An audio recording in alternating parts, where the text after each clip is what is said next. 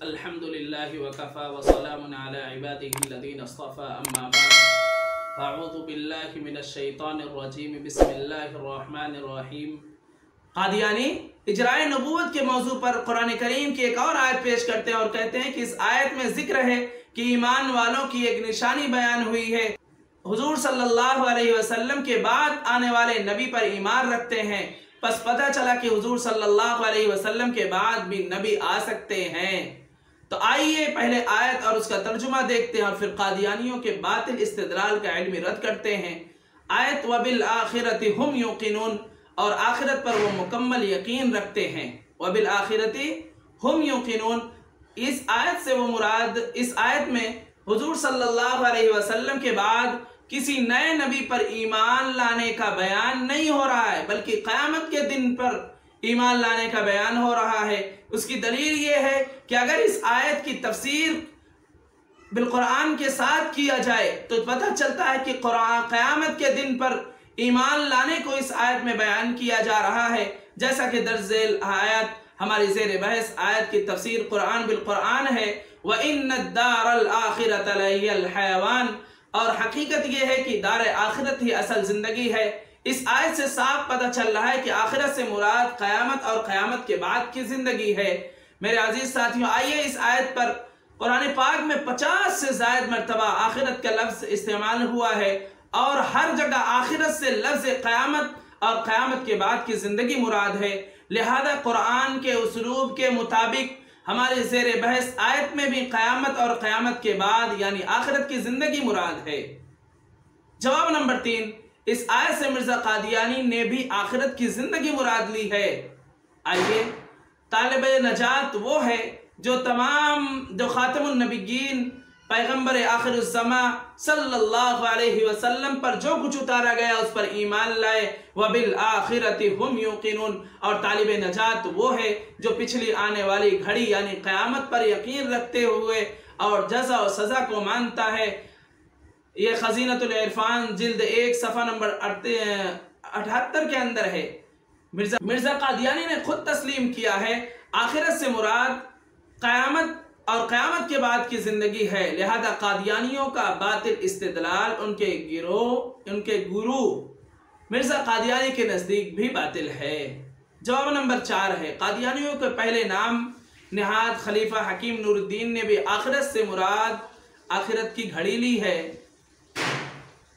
और खुलासा कलाम ये है कि कादियानियों का इस आयत से किया गया इस्तिदलाल खुद मिर्ज़ा कादियानी और हकीम नूरुद्दीन के नज़दीक भी बातिल है और आखिरत से मुराद क़यामत और क़यामत के बाद की ज़िंदगी है।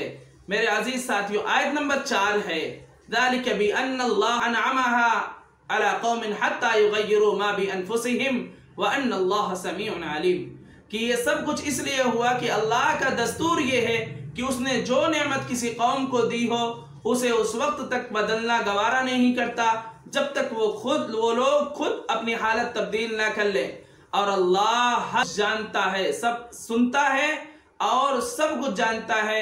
सूरह अनफाल आयत नंबर 53 है।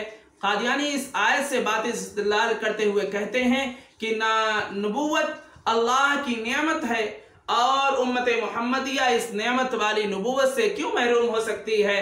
मेरे अजीज साथियों, तो कादियानियों के इस बातिल इस्तिदलाल के बहुत से जवाबात जहाँ पर हैं वहीं पर हम चंद जवाबात जिक्र करते हैं।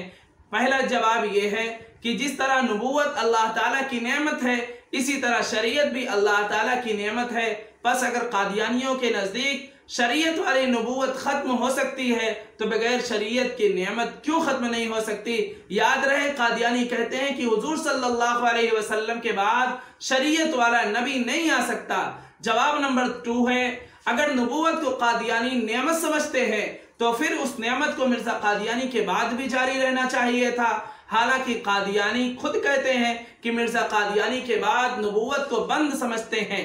बंद है, अगर कादियानी के नज़दीक नबूवत नेमत है तो मिर्ज़ा कादियानी के बाद नबूवत क्यों बंद है।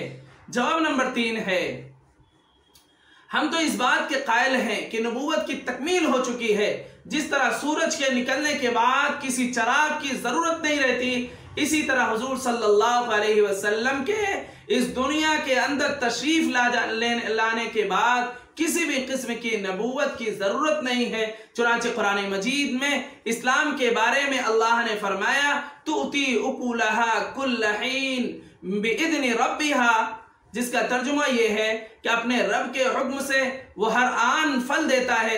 سورہ ابراہیم آیت نمبر 25 ہے، یعنی شجرہ اسلام قیامت تک سرسبز و شاداب اور فیضان رسا رہے گا۔ اسلام کا فیضان قیامت تک منقطع نہیں ہوگا۔ پس اللہ نے خود بتا دیا کہ اسلام کا فیضان قیامت تک منقطع نہیں ہوگا، تو اس سے نئے نبی کی گنجائش خود بخود ختم ہو جاتی ہے۔ میرے عزیز ساتھیوں، نبوت ایک نعمت ہے، لیکن حضور صلی اللہ علیہ وسلم کے آنے سے اس نعمت کی تکمیل ہو چکی ہے، اور حضور صلی اللہ علیہ وسلم کی نبوت ایسی کامل نبوت ہے، اب تا قیامت حضور صلی اللہ علیہ وسلم کی نبوت ہی چلے گی۔ تو میرے عزیز ساتھیوں، یہ ثابت ہو چکا کہ ہمارے نبی آخری نبی ہیں، خاتم النبیین ہیں۔ اب میرے نبی کے بعد آ جانے کے بعد دوسرے نبی کی اس دنیا کے اندر ضرورت نہیں، کیونکہ جیسے مثال کے طور پر سورج نکل جانے کے بعد چراغ کی یا لائٹ کی ضرورت نہیں ہوتی، خود بخود اجالا ہو جاتا ہے، اور جب تک دن رہتا ہے تب تک لائٹ اور چراغ کی ضرورت نہیں پڑتی۔ اسی طریقے سے ہمارے نبی صلی اللہ علیہ وسلم آخری نبی ہیں، اور ہمارے نبی قیامت تک کے نبی ہیں۔ اب دنیا کے اندر جتنے بھی حاضر تھے ان کے بھی نبی، جتنے غائب تھے ان کے بھی نبی، اس لیے اب کسی نئے نبی کی ضرورت ہی نہیں ہے، کیونکہ اللہ نے خود فرما دیا آپ صلی اللہ علیہ وسلم کے ذریعے سے اليوم اکملت لکم دینکم اتممت علیکم نعمتی ورضیت لکم الاسلام دینا، کہ اے نبی ہم نے دین کو مکمل کر دیا ہے۔ اب جب دین مکمل ہو گیا، کامل ہو گیا، اب نئی شریعت کی بھی ضرورت نہیں رہی، تو نئے نبی کی بھی ضرورت نہیں رہی۔ میرے عزیز ساتھیوں، یہ بات ہم سب کے سامنے کھل کر آ گئی ہے کہ مرزا قادیانی مکار ہے، جھوٹا ہے، عیار ہے اور باطل استدلال کرنے والا ہے۔ یہ قرآن کی آیات جو ہیں، اس کے تراجیم جو ہیں، اگر ہم مفصل پڑھتے ہیں اور اس کی آیات کو پیچھے سے تھوڑا پیچھے سے پڑھتے ہیں، تب ہمیں خود سمجھ میں آ جاتا ہے کہ آیت کا نزول ہونا کس دور کے اندر تھا، کس وقت کے اندر تھا، اور اس سے مراد کیا ہے۔ تو ہمارے سامنے بات بالکل واضح ہو جاتی ہے۔